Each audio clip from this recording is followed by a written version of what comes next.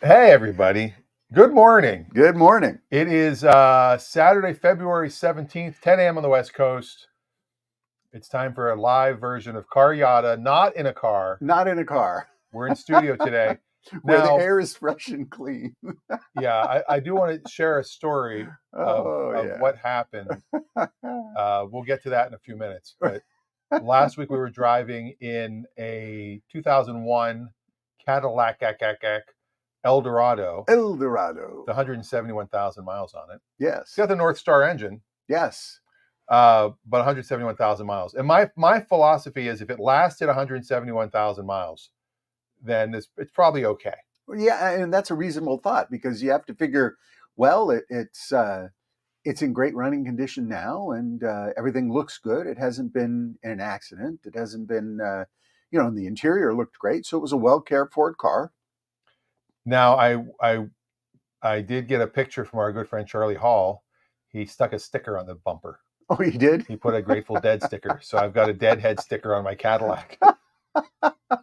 Which is perfect. Yeah. So it's a black Cadillac with a Deadhead sticker now. So I guess that'll stay. Yes. I'm gonna get a waterbed sticker and put it on it too. There you My go. other car is a waterbed. I think that'll help sell it at the auction if I ever send it to an auction. Yes, absolutely. Because we do have a friend whose name rhymes with Ray Pepper, who hi Ray, who he'll put military stickers on cars. I don't know if I mentioned that. That's right. Yeah. When he'll put a Navy or Air Force, and it just makes people feel like, well, this was owned by the military. Well, yeah, and I had a car for years with it was expired, but it was a Navy base parking sticker in the window. And I remember when I bought the car, I thought, well, I got to scrape that thing off. But I, just took a couple days to enjoy the car, and I didn't scrape it off. And periodically, people would, give me the thumbs up, and they'd see me driving, parking the car. I'd get out of the car. They go, hey, and say hi to me. Just start. And I thought, what's going on here? Yeah, exactly. Captain.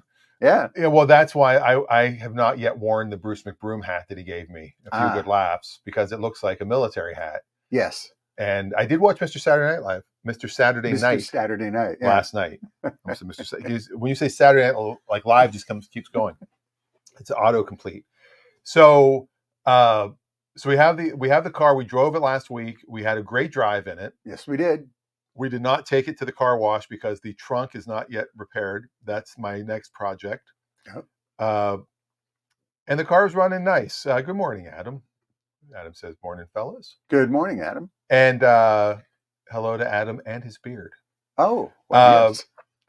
And we're driving back, and we stopped to get donuts. By the way, we did not get a donut. The line was half a block. It was amazing how long that line was. I couldn't believe it. And these are great donuts. Are they worth standing in line that long for? I guess people do that on the weekends. Like the Streamliner Diner here has a line every weekend. Like people are waiting outside to sit down. It's a small enough place. Both places are small, so you can't really pack them in there. And they turn their customers pretty quickly, so the lines up there. But the donuts are really quite good. Yeah, yeah. Adam knows. Pretty crazy on the weekends. It was crazy. So we're like, all right, let's just go to Jake's, do our old school, and get a Sconut. Yes. So we're driving in the Cadillac, just cruising along on that nice air ride on the 305. And of course, the camera's off. Yes, because we're done with the show. Show's over. And of course, what happens? The heater core blows.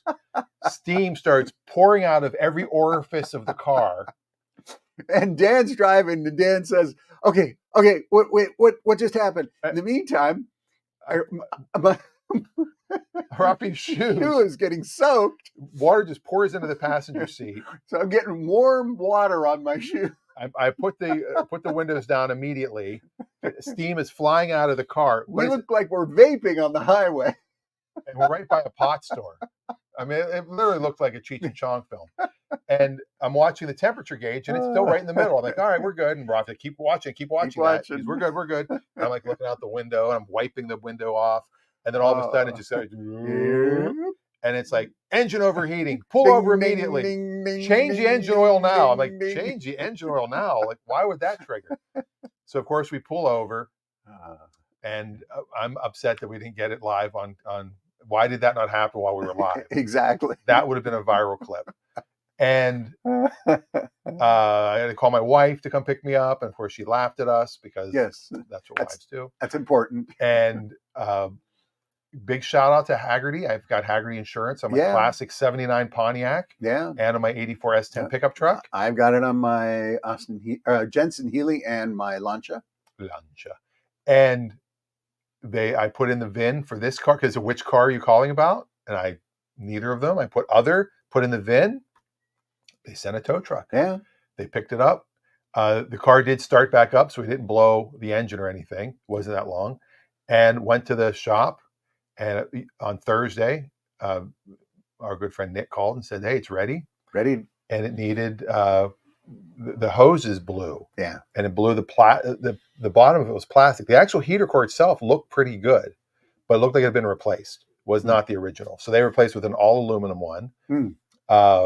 But the fact that the hoses blew, he's worried that the pressure might be too high within the car somewhere. So he said, if you have a bad head gasket, that could affect the pressure, but there's nothing in the oil. It's not burning.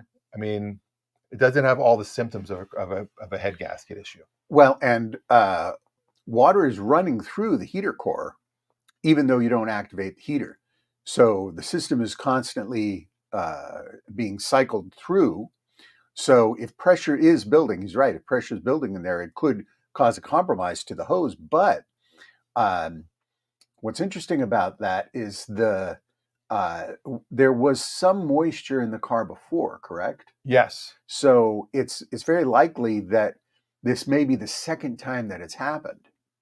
And so we'll have to kind of watch for it. It would only happen, pressure like that is only going to build up after driving probably Paulsbo. 5-10 miles. Because otherwise, if you're just spinning around town and stopping and going from here and going from there, the pressure wouldn't necessarily build up to where it would cause a problem. Did he flush the entire coolant system? Yeah, because they replaced the coolant reservoir, which is a pressurized, like the actual radiator clip is on this coolant, and the coolant hose that came off of there, the overflow hose, that burst, the one that came with it. And I put on a more heavy duty, thicker one and put real heavy brackets on because he noticed that right away. He goes, "Did you change that?" I said, "Yeah, it blew." And he goes, "Oh, that's a pressure issue probably." Yeah. Isabel says, "Good morning." And we say, "Good morning" back to you. I just got a text from our good friend Glenn Munger. He sent it to you and I. It says, "You know what they say, nothing can be lacking when you're out there Cadillacing." Thank you, Glenn. Or as Billy Joel would say, we're in our Cadillac. By the way, you ought to know by now. You should. Billy Joel came out with a new song called "Turn the Lights Back On," and he came out with a video, and it's him in 3 different generations of him. It's deep fake technology where he's younger singing this new song. Wow, it's an unbelievable video. That's all. Just want to share that. Okay, it's an amazing video. So the Cadillac has a deadhead sticker on it. We're gonna get the trunk fixed, and I wanted it to be my summer car. I really did. I thought it'd be a fun car to drive around. And it should still be a fun car. What we'll probably need to do, and we can shout out to our listeners and viewers out there, if you've had this situation before, if you're familiar with anything, I see that Dan's tuned in. Dan says, let's see what he says. He said, depending where the leak is, you can maybe bypass the heater core and get you down the road. Right. And well, we just got a new heater core. And here's what's interesting too is, when they went into the heater core, they found that somebody had turned off all the little doors. It moved it around, like when you did the controlling, and because it was always warm. The car, no matter what temperature I put it on, the heat was always coming out. So it felt like somebody had bypassed, so it only had heat. But the air conditioning system works. I could hear the motor working, the coolant reservoir, not the coolant, the Freon reservoir, the R134A, had condensation on it. It was cold, so it was working. And now they went in, they turned off the passenger flap, but the other ones all work. So the passenger side, you can't manually do, but the light for that, which never was working before, now works. So I can control the passenger up and down, which I couldn't do before. So something was bypassed. So there was obviously an issue with the cooling system before, or with the coolant.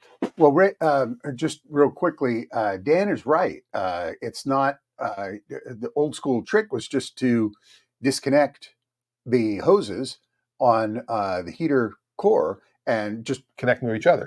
You loop it around and connect back to the engine. This was typical in California cars because you hardly ever needed the heat. Some cars didn't even come with heat. That's true. You could buy a car with no heat. Well, I had a Studebaker heater core disconnected for years, and just or as Billy Joel pronounces, Studebaker. That doesn't work. Can't end with an So we'll see what happens. My guess is there's going to be another. It's going to rear its head again somehow in this car. Yeah. But we should be able to figure out whether or not the coolant system has an inherent problem of some sort. But pressure, I wonder. I'll have to do some research. I'll do some research on it. Now, the other thing yesterday when I drove it, because you drove me down to pick it up. Yep. I drove it from down there to here, and I let it sit for a few minutes. It's running way cooler than it was before. Because it would always go to the middle. Now it's right about there. Okay. Which is where it should be. Yeah. Operation temperature should be about a quarter of the way on your temperature indicator. Yeah. Now Ray is at CarMax in Renton. I won't tell all of Ray's stories of what's been going on with CarMax and the cars he's been buying and selling and all the craziness. But he's got one here. He says, guys, no check engine lights, runs great. 2014 Ford Escape Titanium. 115,000 miles. Big plume of smoke each morning at startup, but then it runs perfect. Tried the no smoke stuff and it did nothing. Advice, or is it a piece of shit? Which it is. Well, Ray, you're the expert on the piece of shit cars. So big plume of white smoke when it starts out, is that right? I'm reading here. It just said big plume of smoke each morning at start, but I'm guessing it's white smoke. So, but then it stops smoking after that, or is it just doing that until it warms up? I mean, what's happening, Ray? Dan says valve seals. Yeah, that would be my first indication because how many miles on it? I don't know if you said, but chances 115,000 miles. I think it's going to need valve train work. I don't know enough about what engine you have in there and what it might be, but Dan is absolutely right. The first thing I'd go to is it's a valve train issue. Valve seals are not that expensive to do. It's white smoke. Yeah, I think it's valves. Now, what engine stuff did you put in? I think you probably put in the what is the blue foam or the ocean foam or the sea foam? Yeah. Sea foam is a good cleaner. Yeah, but there's some that the blue, not crystal blue, persuasion, blue diamond, blue something. Okay. Oh, I put in the stuff called no smoke.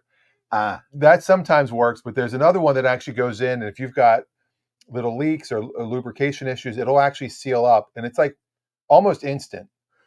And Blue Devil, it's Blue Devil. I put that in the Cadillac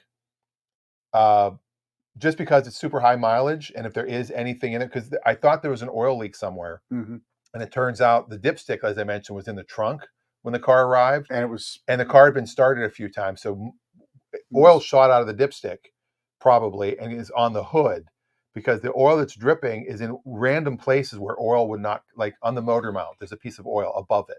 So he did the Restore brand. Those sometimes work. Oh no, that's what Dan's saying. Restore brand treatment. Yeah, that's a good one to try. Now I know what Ray's doing though. He's got this at CarMax to sell, which is fine. Which they'll buy it, and they buy any car. And I can tell you that the white smoke plume that goes away for most people, it's not an issue. And but it is going to continue to get worse and worse and worse to where that white smoke isn't going to go away. It's got the 2-liter engine. The heated seats are very comfy, though. That's important. Yes, the heated seats. That I would get the valve train looked at if you care to. If you don't, He's not gonna get the valve train looked at. just do the restore All stuff. right, we're going with this now. 3700. He's in at 37, and he is now a CarMax. There you go. Because they will buy any car. They will. Isabel had a question. Hey guys. Yes. Looking for a good commuter car or SUV for under 5,000. What say you? Hey, you want you want an SUV? Here's a night. I bet you. I'm going to guess. Ray will tell us before this show's over. Probably. I'm going to guess they're going to offer him between 58 and 6,200 for this car. Oh, I think that's high. And he's going to make a quick couple grand. I was going to say 4,900. All right. Well, there's the number. We'll find out. Okay. Yeah. So you don't want this one. Yeah, unless you're ready to. Now Ray might actually have something in stock right now. Ray, what do you have in the $5,000 range? Yeah, he's got a few, because I think last week we looked at something that my memory serves me. He had some kind of an SUV that I thought was a pretty good deal. Isabel, there's plenty of cars out there that will meet your requirement. Expect it to have higher miles, but don't worry about things like brakes and tires. If it's a small SUV, those things are fairly inexpensive for you to have done. But the most important thing to look for is regular maintenance on the engine. And if cosmetic condition is something that concerns you, get a lighter colored metallic version vehicle. Because black SUVs, they'll show every single scratch. Dark colored SUVs, same thing. And then the rest of it is just automatic transmissions, particularly for bigger SUVs that have trailer hitches. You want to be careful on the purchases there, because sometimes you can expect to pay more in transmission repairs down the road. But if people just think if it's got a trailer hitch, they can tow anything. That's right. And that's why, just real quick, the Acura MDX that I had, everybody said, oh, those have bad transmissions. They have bad transmissions. Every single person I talked to that had a bad transmission had the towing package. Yeah. Because somebody towed something. Mine did not have the towing package. And I bought it with 215,000 miles, sold it with 230 for 2,000 more than I paid for it. Yeah. And you with used vehicles, if you're buying them for your own personal use, you have to be very careful, do a little bit of research, because periodically there's certain years of certain cars and certain brands or certain makes where something just went wrong, and it's been problematic ever since. For example, some of you may know this, but the 2016 Mustang has the turbocharged four-cylinder engine. Well, just the 2016, the engine blocks, due to material problems in the manufacturing of the block, will crack after 80,000 miles. And then you have to spend 12 grand to put in a new motor. So if you're looking to buy a 2016 Mustang, don't. Well, make sure the engine's been replaced already. Or if you get a low mile one, expect that engine block to crack, especially if you live in areas of the country where you have below freezing temperatures, and because the changes in temperature will encourage cracking. So with that SUV, look out for things and that might be specific to a certain year of manufacture. Yeah, Ray said that the Toyota Tacoma was the last one he showed us that you liked. That one did sell. Yeah. But Ray, if you have anything, let us know. I could also do a little extra research for you, Isabel, too. You want a Cadillac? It's got a deadhead sticker on it. It's big enough to be an SUV. It's got a new heater core. It's got new motor mounts. No, I think what needs some trunk work. Yeah, it's going to be hard to find one, but I think one of the best small SUVs is the Honda CR-V. Well, she said commuter car or SUV. Okay. How about a Saab? Yeah, the Saab would be a good one. I've got a nice little Saab. It's got to get the roof fixed. General commuter car, you're going to be looking at Honda Accords, Toyota Camrys. Most of these cars are going to have, for $5,000 or under, they're going to have close to or over 100,000 miles. Again, this is okay. Many people are afraid of that. But most of these contemporary Japanese cars will do 250,000 miles, no problem, without major engine issues. Yeah. What I'm seeing is the Hyundais and the Kias that were great deals, the engines are just going. Yeah. Like the 16, 17, 18, the cars were fantastic when they were new. They were fantastic when they're under warranty. Stay the F away from those. Longevity is one of the hardest things to accomplish in an automobile. Dan, by the way, suggests the Subaru Outback or Forester. Also, great car, commuter car. Depends on where you buy them, because here in the Pacific Northwest, Subarus hold their value. So it will be challenging to find a newer Subaru for under $5,000. But Dan's absolutely right. Those cars are fantastic. Also, known and built for longevity. Now, Ray always buys cars at. Oh, here we go. So Ray says tax tabs and plates is about $1,000 already. That leaves $4K. Please refer to my TikTok for guidance. Because Ray's TikTok, Radical Ray. By the way, he says old Subarus, piece of shit.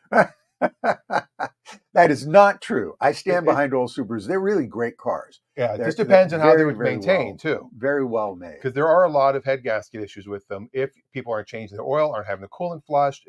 If you can go to Carfax, this is what I've told people.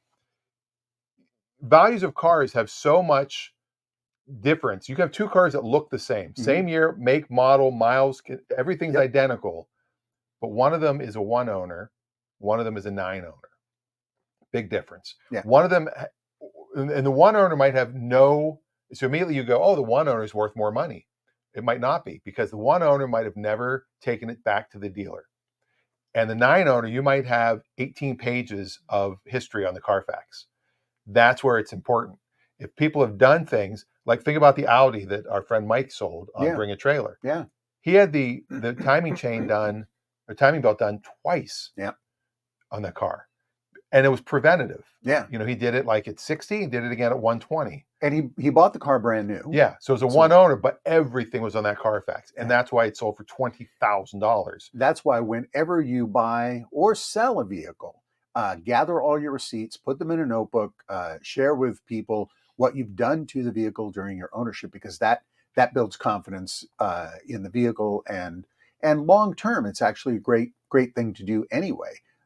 Save your receipts, keep track of your expenses, and that way you'll know. Even if you get a good deal on a car, if you buy a car for $5,000 and you own it for 5 years, and you put another $2,000 in it over that 5-year period of time, and you go to sell it and you get $3,000 back, well, you've used a car for a period of time, and you can divide that by 12 and see if it makes sense to you financially over a monthly period to have that type of car instead of a newer car where you'd have a car payment. Yeah. And that's the other thing to look at too, is if you go to a garage, I recommend this all the time, ask them if they report to Carfax. Yeah. Greenlight Garage does. And so as long as they have the VIN, which they have on your car, most of them, they use the license plate. They enter their system with the license plate, and it automatically checks it. It gets the VIN. It'll list everything that they've done. So if somebody's going to buy your car, especially a dealer, you go to trade in a car, they run the Carfax. Yeah. You can't hand them the big folder of receipts. You can tell them whatever you want. They're going to try to lowball you. But if it's on that Carfax, and we've had cars at Auto Trader where we buy the car from them, and they're like, oh, I had the engine replaced. But it's not on the Carfax. If you had the engine replaced and it's not on the Carfax, who did it? Your uncle under a tree with a couple of ladders and a rope? I mean, how did it happen? But if it's on the Carfax, when that goes through the lane at the auction, and the auctioneer can say, per Carfax or per auto check, engine was replaced 5,000 miles ago at a dealer, that car just spiked in value. And make sure as well that your vehicle has a Carfax that reflects accurately based on your knowledge, because I've pulled Carfaxes over the years and found incorrect mileage statements because the person entering the information missed a digit, and instead of putting 56,000 original miles for a 6-digit odometer, they put 156, assuming the car had gone over 1. Right. So you have to make sure to check on that. Dan brings up an excellent point as well. going to buy, That Dan. yes, the other Dan, Dan Lindquist. Periodic service such as timing chain and belt is important. Absolutely. Whatever vehicle you have, check very carefully. Some engines have a chain and will not require you to change the chain every 80 or 100,000 miles. The belts, absolutely change them, especially if the car is a low mileage car and several years have passed, because it's those belts, synthetic belts, can develop a cold set, meaning that the engine is set for a while, it got cold, and then it starts and runs again, and that creates embrittlement in the synthetic inside the belt.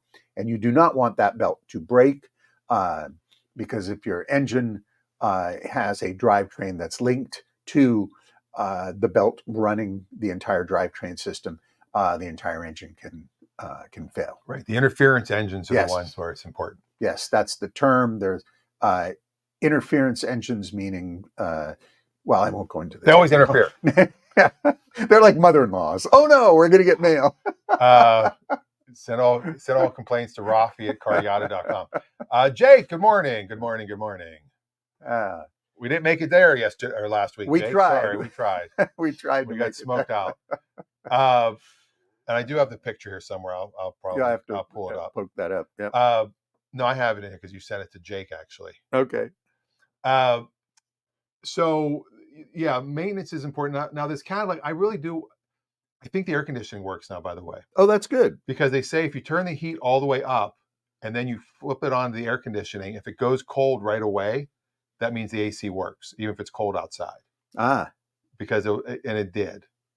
So it's possible the AC works. I'm going to take it home today. I'm going to shampoo the carpet because of where the shoes were. Oh dear. Where your shoes were. Yeah. Yeah. My Are shoes. Your shoes okay? Did they? They seem to be okay, but I still have to give some added attention to the leather treatment. I told the tow truck driver. I told him, "So what happened?" I said, "Well, the heater core blew," and he goes, "Oh, yeah, you can't drive that." And I said, "Yeah, my friend's shoes got ruined. I might be in this car, heater core and a pair of shoes." And he was like, "Oh, that could be a problem." I'm going to send you. I apologize. I'm going to send you a picture of my older daughter's vehicle, and it's a good thing for us to talk about. So she's okay. Everything's fine. She just sent me a text. She is out during the past couple of days with weather, and apparently a tree came down with power lines. Her car is okay. I don't know if it had any damage, but power lines are draped over the vehicle. And if you don't know, if any time power lines of any kind, elevated power lines, come down on anything on your vehicle, do not reach over and remove them. Do not touch them. Do not go near them. Do not approach them at any time in any way. And this is because they're high voltage, so they can hurt you. So I sent Dan the picture of my daughter's blue CRV getting draped with high voltage. It has not shown up yet, but in the meantime, I'm going to show this real quick. There you go. If I can pull it up. So if that's a situation that you find yourself in, or a friend calls you and says, "Come help me get this tree off my car. Power line came down." Don't do it. Tell the person to get away from the vehicle. Call local authorities. Call the police and tell them there are downed power lines on my vehicle, and they will get a team of people out there to make sure that it's not a risk to people passing by. Even something as simple as a curious dog can come over to sniff it, and the dog can get electrocuted. So here's the problem: is it's not letting me. It won't let you share it. It's not letting me share it on the screen because it has to open in Photos. Okay. Instead of, because you know what? If you can turn it.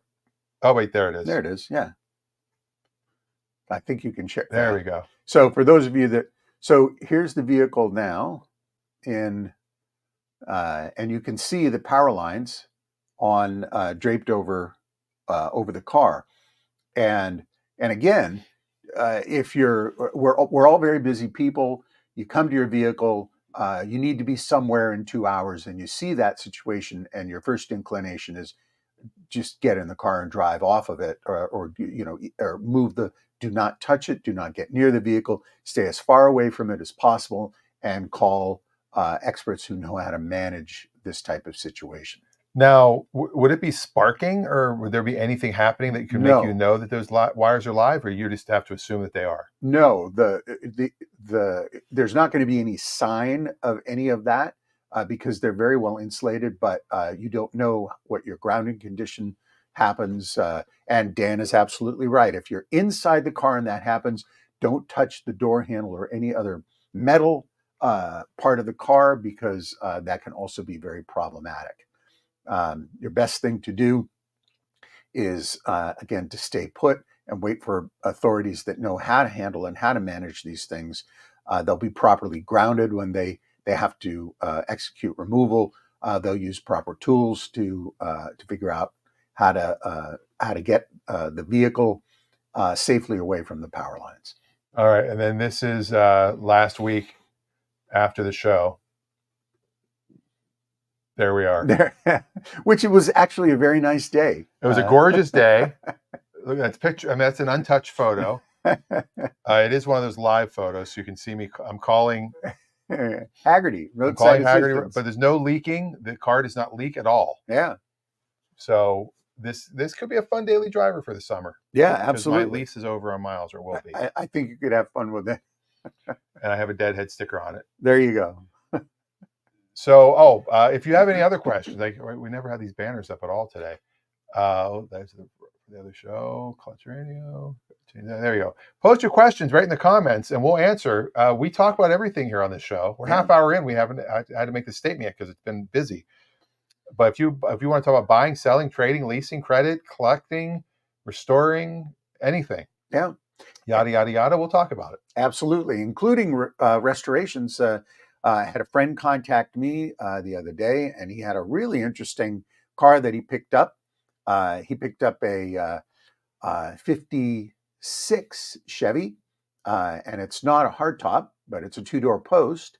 And he said it was a very complete car, original paint, needs everything. But he said, should I restore it, or should I just get it running mechanically and just drive it? And it's got light rust on the tops of the fenders. Patina. It's got patina, exactly. Funky cold patina. There you go. And I told him, I said, look, I don't know what you paid for it, and I don't need to know, but if you decide you're going to restore it, it's going to cost you upwards of $50,000, $60,000 to make it look really nice. Yeah. And you'll have a great car when you're done, but you can go and buy one for about $35,000, $40,000. And that's already done. That's already done. Exactly. Let someone else lose the money. Right. Or let someone else have restored it when it was cheaper to restore a car like that. And them getting $35,000, $40,000. They're happy. You're happy. Otherwise, I said, get the brakes done, get a brand new set of tires, check all the fluids, and just clean it up, vacuum the heck out of it. Old cars are great because it's easy to remove the seats. You get the back seat out very easily. You get the front seat out. It's only 4 bolts holding it on. You might find some coins that are worth more in the car. You'd find some change in there. Yeah, leftover French fries. Pull all that stuff out. And then it's actually even easy to replace the carpet. And one of the things I do recommend, particularly on older cars that have been sitting around for a while, once you get that old carpet out, if it's threadbare and dirty, you've got a whole bunch of bad stuff that's out of that vehicle. Vacuum the heck out of the bare floor. Clean it up. If you want to put some rust treatment down, that's a good time to do that. And then before you put that new carpet back in, get some heavier, it's not necessarily thicker, but heavier duty sound insulation. Put that in, then lay the new carpet in. It's easy enough to do. A couple screws will hold down the thresholds to hold the carpet in place. On some of these carpets, they're formed, they're molded ahead of time. You can get them for $199 to $229. They look and match the original color. And once it's in there and you've done it yourself, it'll transform the entire interior for you. Beautiful. Yeah. Now, Ray gives us an update. I'm not going to be able to get you the CarMax offer during the show. He's at Burger King across the street. There are a few people dumping their POS before him. They say it'll be around 11:30, so the show will be over. Meanwhile, I'll eat my Whopper Jr. There you go. I say we wager on the offer. Now, he sent me some pictures. Let me see if I can pull them up. All so right, we can all make a bet here. While he's looking for pictures, one of the things that will matter to resale and will matter to CarMax is the color of the car. If the exterior condition is sharp and in great shape, that's going to be a big benefit. The other thing that will make a big difference for private sale is, and we talked about this a little bit earlier, is your interior. If you spend money detailing and you have to spend extra money detailing your car, spend it on the interior. A professional interior shop will they'll shampoo your floor mats. I don't recommend, if your floor mats are in bad shape, I don't recommend spending the money on that. Just go buy new ones. Yeah. They'll shampoo your carpet. They'll put like a steam clean on the headliner. There's a lot of things that a professional detail shop can do on the interior of your car to transform it. And that's without replacing this one's any of the material. Super clean. Ray says it's gorgeous, but it smokes like Cheech at startup. Now, obviously, they're going to see this, and they're going to deduct for it. So just to go over, it's 115,000 miles. It is a 2014 Ford Escape Titanium. So is Platinum the loaded one or Titanium the loaded one? I forget which one's the higher volume, higher one. Your number may be right. There could be money in that car. Although that oil smoke bugs me. So just to put it out there, what did I say? 58 to 62? That's what you said, yes. All right. Well, I have to pick an actual number. I'm going to go $5,900. That's my number. $5,900. All right. I'm going to up mine because I got to say the photo is impressive. The finish looks good. And they just sell these other dealers. They're not going to resell this car. It's going to go right to their auction. I'm going to say that this is I'll come in at 5,300. All right. So we have 50. Okay. Only smokes when cold. So Ray got it warmed up. You got it warmed up so you'll start it up and it won't smoke. So I said 59. You say 53. Ray, put in your number. If anybody else wants to join, we're betting on a Sconut. A Sconut? Is that what we'll betting on? We'll bet on a Sconut. And Ray, I thought Whopper Jr. was our bet. Or Whopper Jr. Depends on who wins. I guess you get to choose. All right. By the way, I just want to give a shout out to Jake's real quick because the sandwiches are really, oh my gosh, really delicious. And next week is Employee Appreciation Week at Cox Automotive, where my day job is. And my boss said he's buying me lunch somewhere on the island. Oh, but I have to go pick it up. But we're going to have like a group lunch. And so he said, where do you want it? Where do you want it? Because they'll pay me back for whatever. I said, where do you want a sandwich? I said, where can you pick it up at? I said, yeah. Jake's Pickup. So this week I will be having so Ray's saying 5,500. So you've got 53, 55, 59. Okay. So that means we're all in the ballpark. Yeah. If it's over 59, I win. If it's under 53, Raffi wins. We're not doing the close without going. We're not doing Price is Right rules. We're doing closest. Okay. Now he's in at 37. So he's going to make $2,000 here probably. I think his upside is going to be minimum 1,200. Now the cool thing is you can put any car on the CarMax website and it'll tell you what they'll offer you, unless they want to see it in person. How much do you think they offered for the Eldorado? 2,900. Oh God, I would sell it immediately. Immediately. So the Eldorado, 172,000 miles. Check engine lights are on like a Christmas tree, which I disclosed. But it's got brand new tires, and it's got brand new heater core now. New heater core. But so you guess 20. They offered. You ready for this? $700, which is good because that's like what I paid for it before I put anything into it. These charity auctions are fun. Now, because I don't know this for sure. Maybe you guys and Ray can jump in. Does CarMax do this nationally? Yes, every CarMax will buy any car. You go on their website, you put in all the information, it'll tell you. Now, Auto Trader does the same thing. I have to give myself a plug. Woo. Yeah. We have a thing called Private Seller Exchange Direct Offer. Okay. You list your car to sell it on Private Seller Exchange, and we will then automatically give an offer. We buy cars all the time, and we come pick them up. You don't have to bring it anywhere. You don't have to deal with dealerships or anything. Yeah. And I'm sure CarMax, if you're unlike Ray, because he walks in, he's like Norm from Cheers, probably. They're always probably, Ray, what do you got? People are usually selling one car every couple of years. They're probably going to try to sell you a car. Yeah. And they'll take their time. They go look at some cars while, but their offer doesn't change. That's where CarMax is really smart. If you go to a typical dealership and you've got this car, they're going to run all the numbers and they're going to say, we'll give you $4,000 if you just want us to write you a check. Yeah. If you want to trade it in, we'll give you $5,000 because they'd rather get the sale. Well, that's a little shady if you think about it, because what they're saying is we could give you more for the car, but we're not. And that's one of the keys. If you ever go to trade in a car, whatever number they give you, because a lot of times they'll inflate it to make, and they're not discounting their car, or they're putting it into the profit of the other car. Always say, will you write me a check for that amount?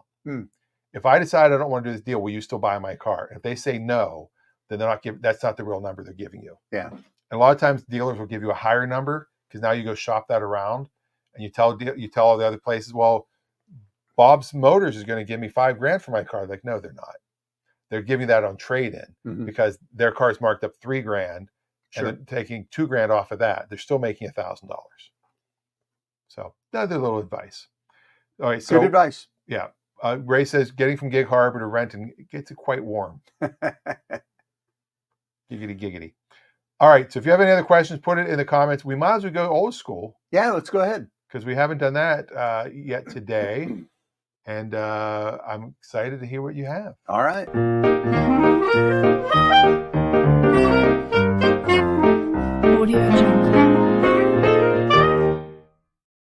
All right. Today we're going old school. And for old school today, I'm going to remind everybody how fantastic cars from the 1950s were, especially American cars. Now, the big three, as they were referred to, General Motors, Ford, and Chrysler, held more than 75% of total automobile production in the world. Wow. In the peak of the 1950s, which was 1957. By 1958, the United States experienced a pretty dramatic recession. Some called it a mini depression. So 1958 was not a great year, but car sales were still strong. And we didn't see American dominance go away until the late 60s to early 70s, when Japanese manufacturers started building cars. So in the 1950s, America could do anything they darn well wanted with their automobiles, and boy, they sure did. Enormous cars were built in the 50s, particularly the late 50s. And by 1957, Chrysler jumped ahead of everybody with what they called the forward look. And in 1957, the cars that Chrysler was building were just amazing. They were low roof line, they were very dramatic, tall tail fins, just tremendous proportions. Now, the top of the line Chryslers, 57, 58, 59 Chryslers were the New Yorker, and they had other high-end lines, including the Imperial, which was a separate line. So what you see out in the marketplace, this particular car is a letter series Chrysler. That's a Chrysler B or C, 300B or C. And these cars today are very, very expensive to buy. But Chrysler made similar automobiles in their Windsor and Saratoga line. So in 1957 or 58, Chrysler Windsor was the lower model line, but for all intents and purposes, looked almost identical to these cars. Now, if you go look for a 300B or a 300C Chrysler, you're going to pay upwards of $100,000 for a beautifully restored one, but you don't have to. Here's a Chrysler Windsor, And you can see it has attractive two-tone paint, great lines, great design, everything about the car just beautifully done. And the Windsor model line has all the same fun stuff, like that unique push-button dash automatic transmission and the big V8 engine, large open seating, and a hardtop design. So you put all the windows down, it's almost like you're driving in a convertible. So these cars can be had in beautiful condition for $30,000 to $40,000, and you can get decent original, not restored ones in the high teens to low $20,000. Now, make sure before you decide to buy one that your garage is big enough to house one of these behemoths, because they are, even though they're two-door cars, they're very large. They will, in length, they will approach some of the modern SUVs overall. You're not going to get great gas mileage on these cars, but so what? They're great cars. They're fun to drive. They're fun to own. They're not particularly fast, but they're great cruisers. You can get them in two-door, four-door, or wagon models. And in terms of opulence and amazing sort of excessive Americana, the Chrysler 57, 58, or 59 Windsor and Saratoga model cars are really quite impressive. Now, did the Windsor get replaced by the Newport? Because I had a 62 Newport, and that was the base model. I don't think they made a Windsor that year. I believe they phased out the Windsor. The years 61 come to mind. 61, 62 is when I think they phased out the Windsor, and the Newport, I believe, was the replacement for it.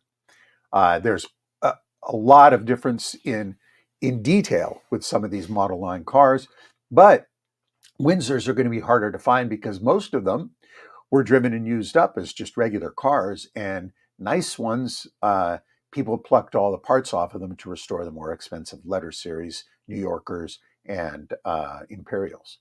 So here's what Wikipedia says. It says in 1959, Chrysler started to advertise the car's new wedge-head V8 B engines as Golden Lions. Yeah. And the cars were lion-hearted.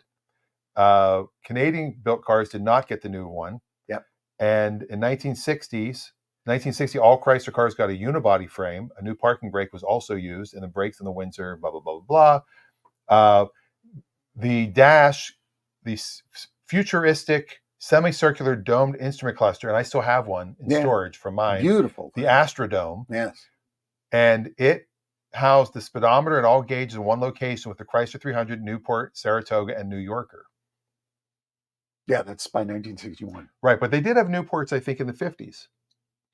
Newport may have been a model line for one particular part of Chrysler that got moved into the entire lineup later. Gotcha. Oh, no, here it is. The predecessor was the Chrysler Royal, and the successor was the Chrysler Newport. To the Windsor. Windsor, okay. And then I'll share this real quick. Yes, that's my car right there. Yes. That's the one I used to have. And this one is very unusual. This one has the unique canted headlights.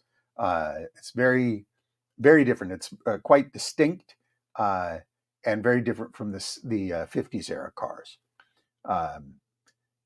That's exactly what. Oh, look at that. Yeah, now that's a Chrysler. They, I think, built 6 of them. The Newport concept vehicle. That's the Thunderbolt. That's also one of the 6 Chrysler concept vehicles. That's a Town and Country.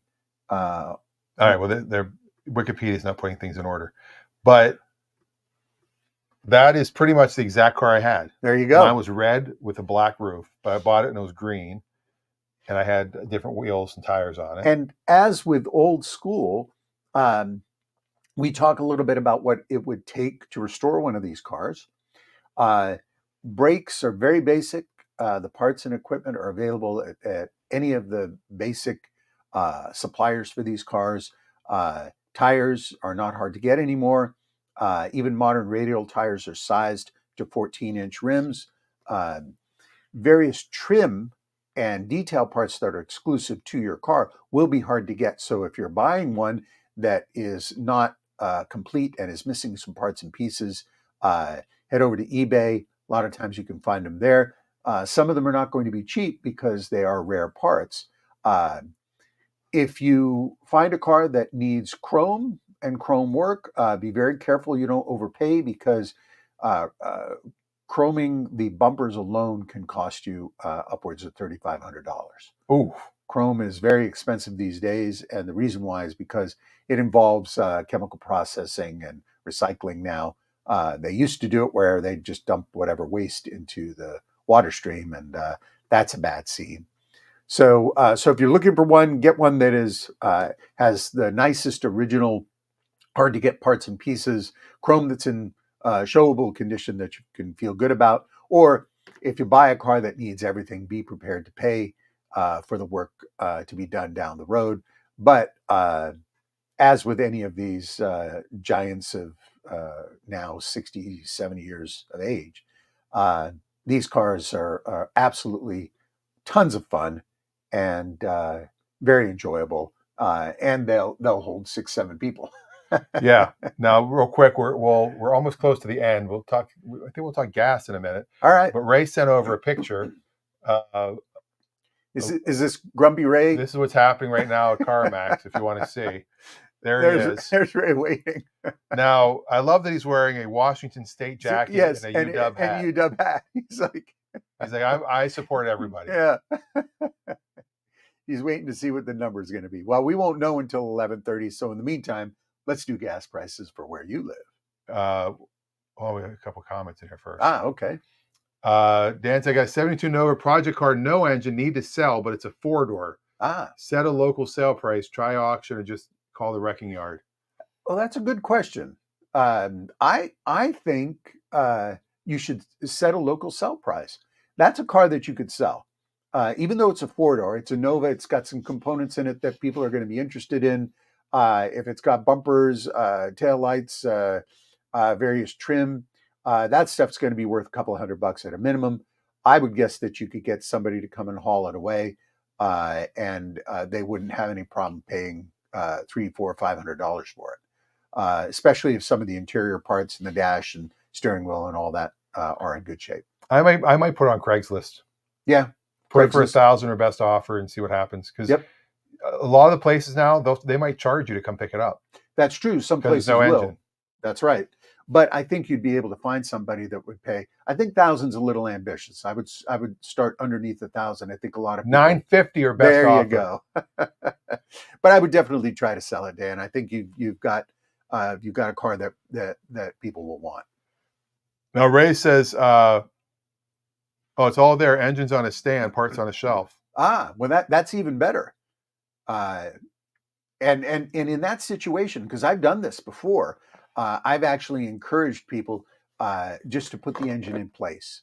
You don't have to bolt it up or anything, but get that engine, cherry pick it, pop it in, and attach just the motor mount down. Yeah, exactly. Then you've got a complete car that somebody can, and that's sometimes worth the time.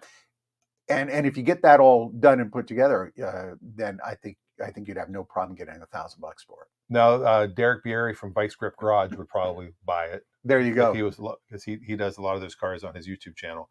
Now, the Stump Raffi and Dan questions: what do you notice odd about the picture of you sitting in CarMax? Did we get it right?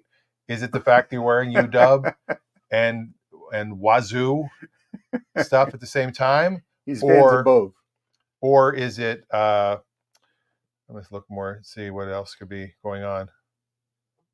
The person behind you is wearing a mask? No. Employees only, business office. I think that's what it is. Is that he's got both. I think. So we'll have to find out. But like I said, while we're waiting, let's talk about how much is gas where you live? All right.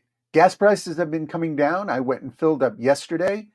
There were 3 gas stations that offered gas in the reservation area for $3.49 for unleaded regular. I thought that was a great price. Yeah. This is state of Washington, so we do have some taxes that increase that price. I'm guessing that nationally our low is maybe still under $3, and I'm going to go with $2.89 for unleaded, and I'm going to put that over in Oklahoma this time. Okay, I'm going to go again with Mississippi. And I'm going to say $2.79. $2.79 Mississippi. I haven't. Okay. You can see I haven't scrolled up yet. All right. And all right. The lowest price is Wyoming again. Wyoming. $2.82. $2.82. Oklahoma, $2.82.3. So they're 0.001 cents off. There you go. Mississippi, $2.86. All right. But the average in the country right now is $3.28. And if that can hold, that's actually a pretty well balanced price per gallon based on the costs of other things right now. And now, do you realize, and this is something that no one's talking about, the United States last year produced more gas than the Middle East. Yes, this is something that's really become more and more interesting. And more than Russia. In terms of the geopolitical fuel needs, because the amount of fuel required to keep our economic engines running worldwide has not decreased. Electric cars, electric this, electric that, okay, but it has not significantly decreased. So what's happening is with more available domestic resources, prices should flatten out and maybe even come further down for fuel prices. But a lot depends on our level of consumption to fulfill military needs. People forget that it's not just people driving cars.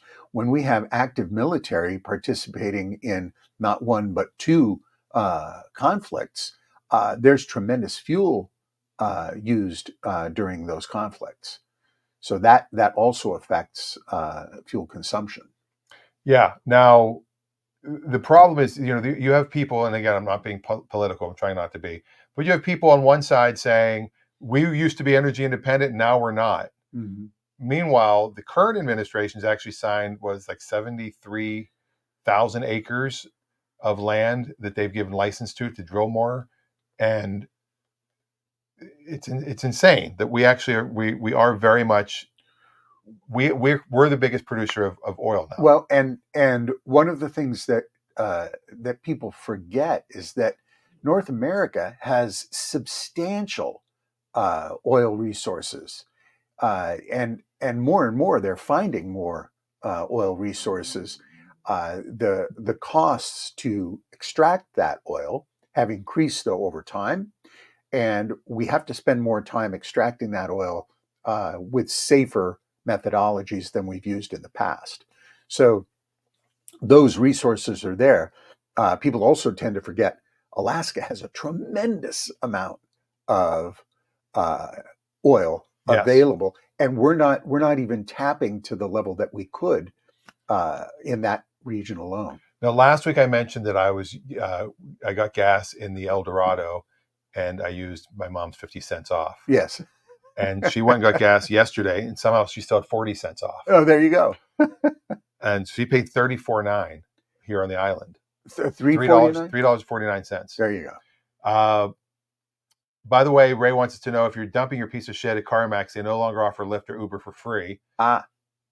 You're making enough money, Ray, you can pay it. You can pay. He had a $73 bill from Gig Harbor from Renton. Oh, for Lyft? Uber or Lyft. Well, okay. Ray, are you getting a black car? I mean, you don't have to go with the nicest SUV. All right. Ray likes to ride in style. So that's our show. Wow, is that an hour? Yeah. How about that? Yeah, 59 minutes and 30 seconds. All right. So if you have any questions during the week, of course, you can call 877-CAR-YADA, and it'll just tell you the email address, show@caryada.com. And leave your questions. If you have a challenge for us, we're happy to accept that challenge. And next week, we'll find out the final numbers on Ray's car. Yep. At CarMax. And also, if you have seen a show before and we've talked about something that interests you, you can ask us about that, and we're happy to expand on that in another segment in an upcoming show. There you go. All right. Well, we will see you. We'll play the old outro because we don't have the new one yet, but we like having this song stuck in our head. Ba-dum, bum, bum.